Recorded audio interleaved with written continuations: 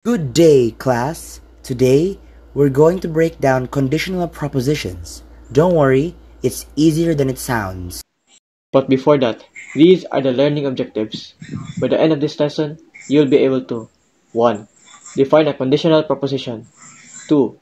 Identify what type of statement is presented: conditional, converse, inverse, contrapositive. 3. Relate conditional propositions to real-life situations. 4. Evaluate the truth of these statements. Now, what is a conditional proposition? A conditional proposition is just an if-then statement, like if P, then Q. P stands for hypothesis, and Q stands for conclusion. And here's the rule. A conditional is false only when P is true, but Q is false. Suppose P and Q are propositions. From the conditional proposition, if P then Q, we derive three other conditional statements, namely, it's A, converse, if Q then P, B, inverse, if not P then not Q, C, contrapositive, if not Q then not P. First, converse. This one's simple. You just swap P and Q. So, if the original is if P then Q, the converse is if Q then P. Example: if someone is a teacher, then they are educated. Converse: if someone is educated, then they are a teacher. Clearly, that's not always true. Now, let's move on to inverse. Instead of swapping, you negate both parts. That means if not P, then not Q. Example: if it is raining, then the ground is wet.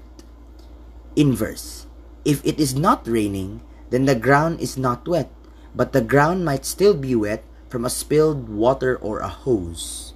So the statement is not always true. Finally, the contrapositive. This one both swaps and negates. So it becomes if not Q, then not P.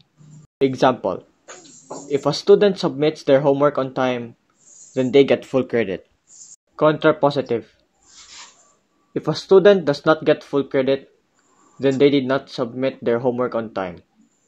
Now, which of these are logically the same? The original and its contrapositive are always equivalent. They share the same truth value. Meanwhile, the converse and the inverse are equivalent to each other. But remember, the converse and inverse do not always match the original. Consider the following true conditional. If a student always attends class, then they understand the lesson better.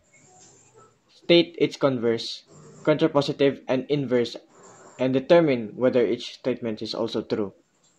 So the converse would be, if they understand the lesson better, then a student will always attend class. This statement isn't necessarily true. Now the inverse would be, if a student does not always attend class, then they do not understand the lesson better. This is also not necessarily true. And lastly, the contrapositive would be, if a student does not understand the lesson better, then they do not always attend class. This statement is true. Let's have more examples.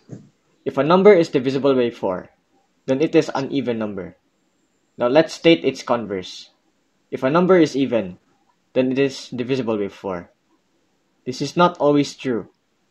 It could be 6 is even but not divisible by 4. Now for the inverse. If a number is not divisible by 4, then it is not even. This is not always true. For instance, 6 is not divisible by 4 but still even. Finally, the contrapositive. If a number is not even, then it is not divisible by 4. This is true. Another example. If a student gets a perfect score, then they answered all the questions correctly. Let's find the converse. If a student answered all the questions correctly, then they got a perfect score. This is true. Now for the inverse. If a student does not get a perfect score, then they did not answer all the questions correctly. This is also true. Finally, Contrapositive. If a student did not answer all the questions correctly, then they did not get a perfect score. This is true. In this case, all statements are true. Last example. If a student is a valedictorian, then they have high grades. So the converse would be, if a student has high grades, then they are a valedictorian. This is not always true. Many have high grades but not top. Now the inverse. If a student is not valedictorian, then they do not have high grades. This is also not true. Many still have high grades. Lastly, the contrapositive. If a student does not have high grades, then they are not a valedictorian. This is true. Now for a quick recap. Conditional, if P, then Q. Converse, if Q, then P. Inverse, if not P, then not Q. Contrapositive, if not Q, then not P. Always remember that conditional equals contrapositive and converse equals inverse. Thanks for watching. Don't forget to like, share, and subscribe for more easy logic lessons.